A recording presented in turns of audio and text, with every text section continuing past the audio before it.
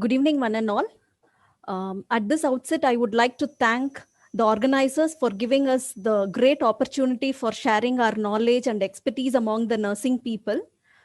Thank you so much for the wonderful opportunity. And good evening, one and all. The topic for today is choosing the right footwear for patients with high-risk feet. So for the next 20 minutes, I would be taking you all through the different types of footwear which we give it for our patients and what are the modifications which we do it as a custom-made footwear. Diabetic foot ulcers are the most serious complications among the diabetic patients, and it is the leading cause of hospitalization for patients with diabetes. And it is also stated that 15% of persons with diabetes can develop foot ulcers in their lifetime. And it is a source of major suffering and financial cost for the patient. And also it puts the patient by placing a financial burden on the patient's family, to the healthcare professionals and the society as well. Now, the International Working Group of Diabetic Foot in 2019 has formulated the cornerstones on how to prevent the foot ulcers. Flory has given an excellent overview of how do we prevent the foot ulcers. The same thing, like they have given 5 cornerstones, where the first thing is we need to identify the risk feet. Second is we need to regularly inspect and examine the at-risk foot. Third is we need to educate the patient, family, and the healthcare professionals. Fourth is we need to make sure that the patient wears an appropriate footwear. The fifth is we need to treat the risk factors for ulceration. So the risk factors may be a toe deformity such as a claw toe, mallet toe, hammer toe, or the patient can have some callus formation. So these are the predisposing factors for any diabetic foot ulceration. So even that we need to address it. The IDF has given the methodology on how do we do a diabetic foot screening. So there are 4 categories, where the low risk category is where the patient has absolutely good sensation of the feet. We need to recheck them in 12 months. When the patient has loss of protective sensation, which is quantified by when the patient is not able to perceive a 10-gram monofilament. So we could recheck them in 6 months. When the patient has loss of protective sensation, which is associated with poor circulation or with structural foot deformity, they come under the high-risk category. We need to recheck them in 3 months. When the patient has history of ulcer, amputation, or the patient has a neuropathic fracture, they belong to a very high-risk group, and immediate intervention is the very need of the hour for these group of patient. So what are the different types of footwear? We need to advocate them for using. It depends upon the risk category where the patient comes to. So when a patient is in a low risk category, where the patient has got absolutely good sensation, then these are the specifications which we need to mention for the patient. They can use their footwear of their own choice, but these are the things they need to keep in mind. So the first is the shoe width, where whenever they buy a pair of sandals or buy a pair of footwear, the toe box of the shoe should be broader enough. It should not be narrow enough. Only when it is broader, the patient will be able to move the toes freely. The patient will be free from the HALLUX valgus deformity. The second is the shoe length, where when the patient has to buy the shoes, the ideal shoe should be in such a way that it should be at least 1.25 centimeter longer than the longest toe while standing, so that the patient will be able to walk freely. The third is the patient's footwear should have a good shoe depth, so that there is enough amount of toe space, and the upper portion of the leather will not lacerate the skin of the patient over the dorsal aspect. So these 3 important specifications has to be made to the patient, that the shoe width, length, and depth of the footwear must be proper enough, so that the footwear doesn't cause any problem for the patient. When the patient has absolutely loss of protective sensation, they belong to a moderate risk category. So for these group of patients, we recommend something called as MCR. MCR is microcellular rubber. It is a rubber material where pockets of air is introduced into the rubber material.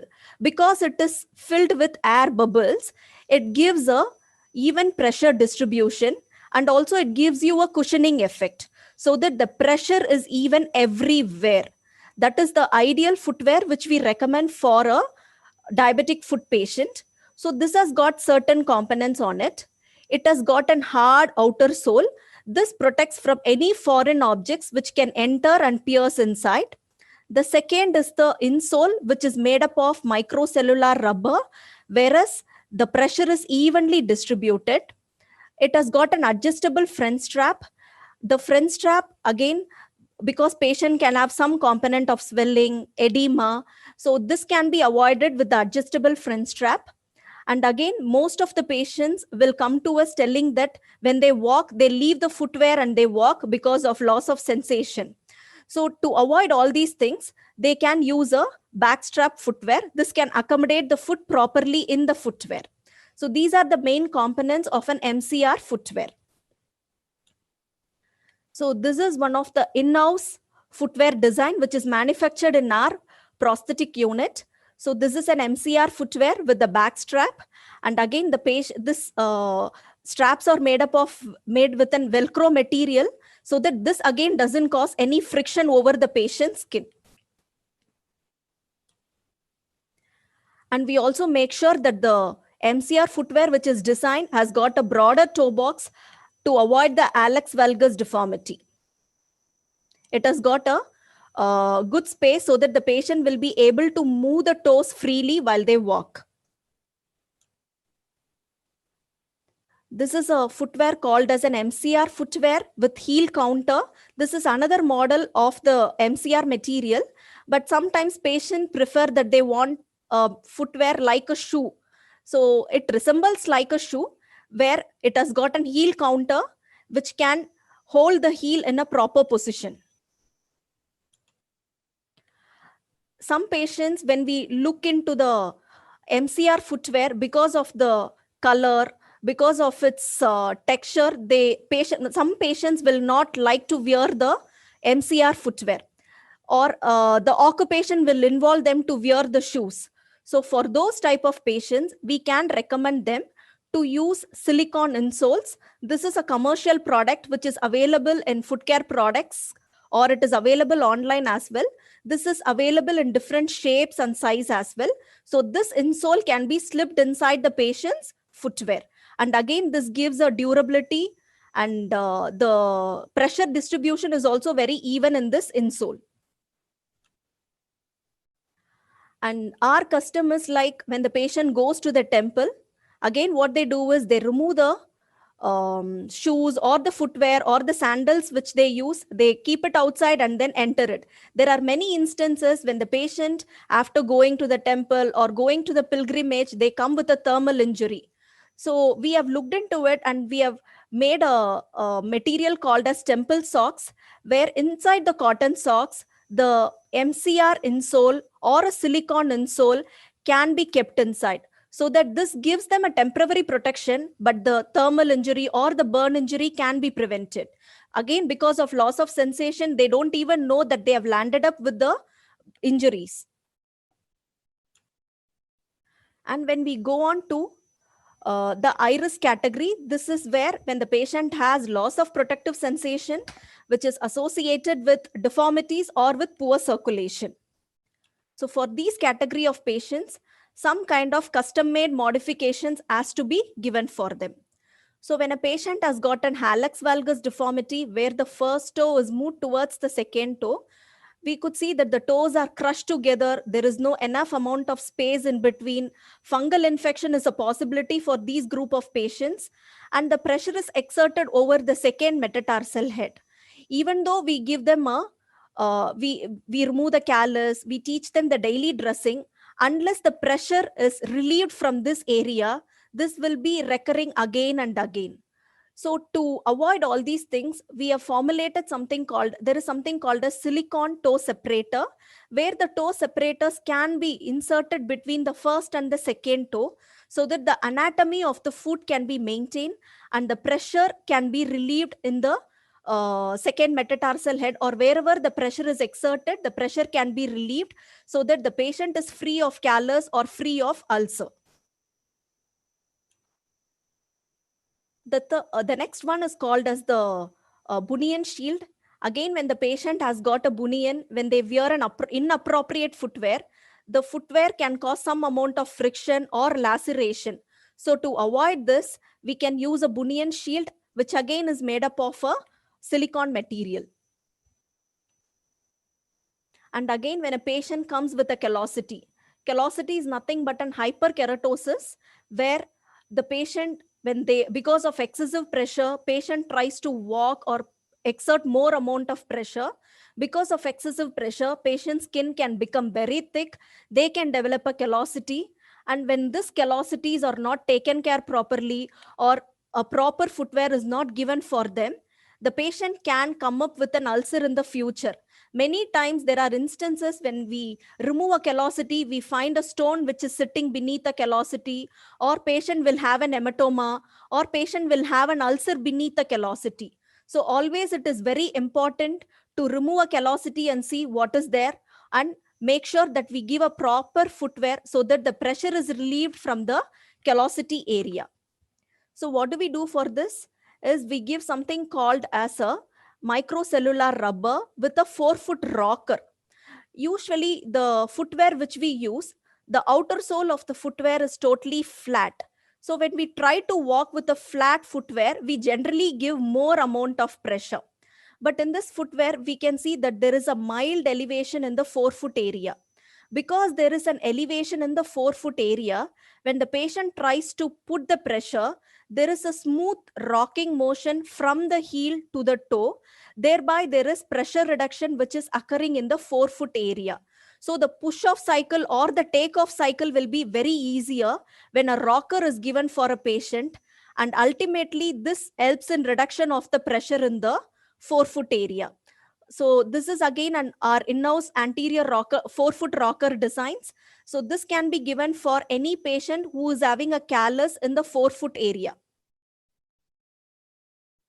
And for patients who come with very high-risk foot, either they can have an amputation or an ulcer or a Charcot foot deformity.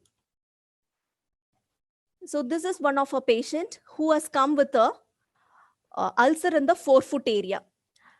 Some patients, they would have purchased a footwear a month back. They would have landed up with a 4-foot ulcer. When we advise the patient to change the footwear, they may not be very, very willing to change the footwear because they have invested so much on the existing footwear. So what we try to do is, we try to make some kind of modification in the existing footwear so that the pressure is relieved from that area. And again, patient is also not investing so much. So this is something called as this patient was using his own MCR footwear. So what we did is, we did something called as a scooping. Scooping is nothing but we take a small layer out of the footwear.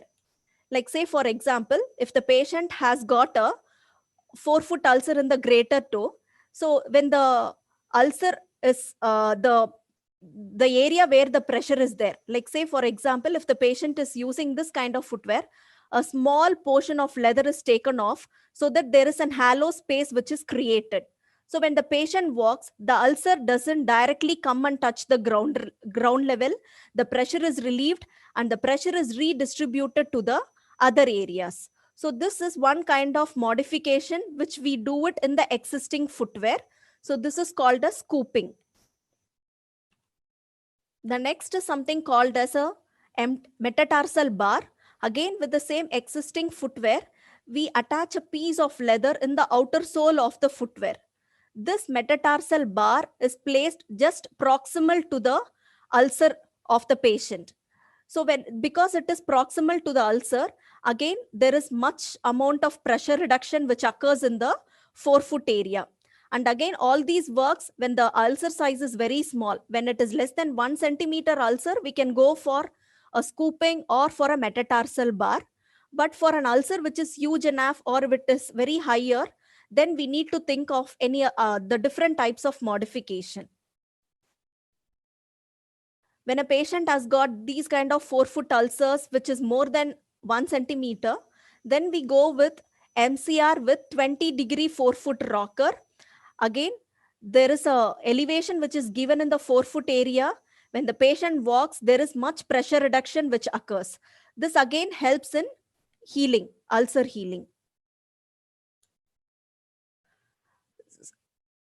There are instances when the patient can come with different types of ulcers. The difficulty ones are like when the patient has midfoot ulcer, when the patient has heel ulcer, then we need to think about different forms of offloading. One thing what we have learned from our foot clinic is, theoretically, when we tell that this can be given, we try to follow that. But practically, the patient can come up with so many problems. So what we do is we check whether this is working out. If it is not working out, we make sure we plan as a team. We try with a different modality so that that works out for a patient. These are the theoretical things which we are telling, but practically whatever is helping the patient, we need to plan on that, because ultimately patient is the one who is going to use it. So we need to make sure that the patient uses the footwear. And there are one more instances what I would like to share is, we need to check the footwear when the patient comes to our clinic, because whenever we give the footwear, the durability of the footwear, when we would have given the footwear some 2 months back, but the patient would come with the brand new footwear. So when we check with that, we feel that the patient has not used the footwear properly. Again, we tell them to use 2 pairs of footwear, one inside the home, one outside the home, so that the compliance is also addressed. So for these type of ulcers, midfoot ulcer, heel ulcer, we give something called as a total contact cast. So a total contact cast has given us a healing rate of about 90%. TCC has to be worn for at least 6 to 8 weeks together. A TCC can be applied when the ulcer area is very clean, it is not exudating very badly. The next thing is, the patient has to be following up on a weekly basis. If the patient is willing to follow up with us on a weekly basis, we put the patient on a total contact cast. And we have also found out that patients are benefiting with this total contact cast. So this is a patient with heel ulcer with a 3 or 4 sittings. The patient had got a good healing result with the total contact cast. If you could see, there is a bowler iron which comes along with the total contact cast. So after applying a layer of plaster of Paris, we do attach a bowler iron, and there is a rubber material which comes beneath. So this is again ambulatory for the patient. So when the patient can walk, ulcer healing also occurs, because the ulcer doesn't come in contact with the ground level. And for the opposite side of the foot, we make a footwear correction also. So this also gives us a good healing rate. And for patients who have undergone surgery, like when a patient undergoes a ray amputation or a transmetatarsal amputation, there are other modalities as well. We give them walker, axillary crutches, or we tell them to use a surgical shoes. And for a patient who has undergone transmetatarsal amputation, we have advised this patient to use walker, plus we told them to use a surgical shoes. So when the patient who is using a walker and simultaneously a surgical shoes, the healing was there within some 2 to 3 months. And again, we have attached a metatarsal bar in the surgical shoes, because the front portion also has to be offloaded properly. And this is again a common deformity which is seen for our diabetic foot patients, a Charcot foot deformity. It is also called as bag of loose bones, where this condition causes weakening of bones, and the bones could fracture, and the foot can take an abnormal shape called as a rocker bottom deformity. When we don't intervene the rocker bottom deformity or the disease condition in progress, this can lead to even more worsening in deformity, disability, or even the patient can undergo a amputation. So we advise on offloading measures for the patient who has charcot foot deformity. Before giving the footwear or an orthosis, we check on the ankle joint stability. If the patient ankle joint is stable, we go with something called as molded insole. Molded is nothing but it is molded according to the shape of the patient's feet. So when the patient is using the footwear, the foot and the footwear will work as same unit. It will not work as two separate units, so that the pressure is totally equal. And when a patient has got an unstable ankle joint, we would like to immobilize the ankle motion. So we give something called as ankle foot orthosis. So these kind of orthosis, when it is given to the patient, we need to educate the patient to wear it properly, because we need to tell them that this can take care of the deformity, but it will not cure the deformity, and it can avoid the progression of the deformity. So as nurses, we play a major role in mainly doing a foot examination. Educating the patient is very important. If the patient has a wound, then removing the callosity periodically, teaching them how to do a home dressings, and also ensuring that they wear a proper footwear. And also we need to counsel the patient, because they come up with so many issues, so much of financial issues, and they will not be able to do it properly. All these things has to be addressed with good counseling and psychological support. To conclude, I would like to tell that the best thing is to prevent. So we need to make sure our goal is to prevent the categories of 1 and 2, the moderate risk and the high risk category, so that they don't go into a very high risk and then they don't undergo an amputation in the future. And I would like to acknowledge our consultants and registrars in our department and our neighborhood departments, who help us so much in helping us in the foot clinic, helping us to decide an appropriate footwear for our diabetic foot patients. Thank you so much.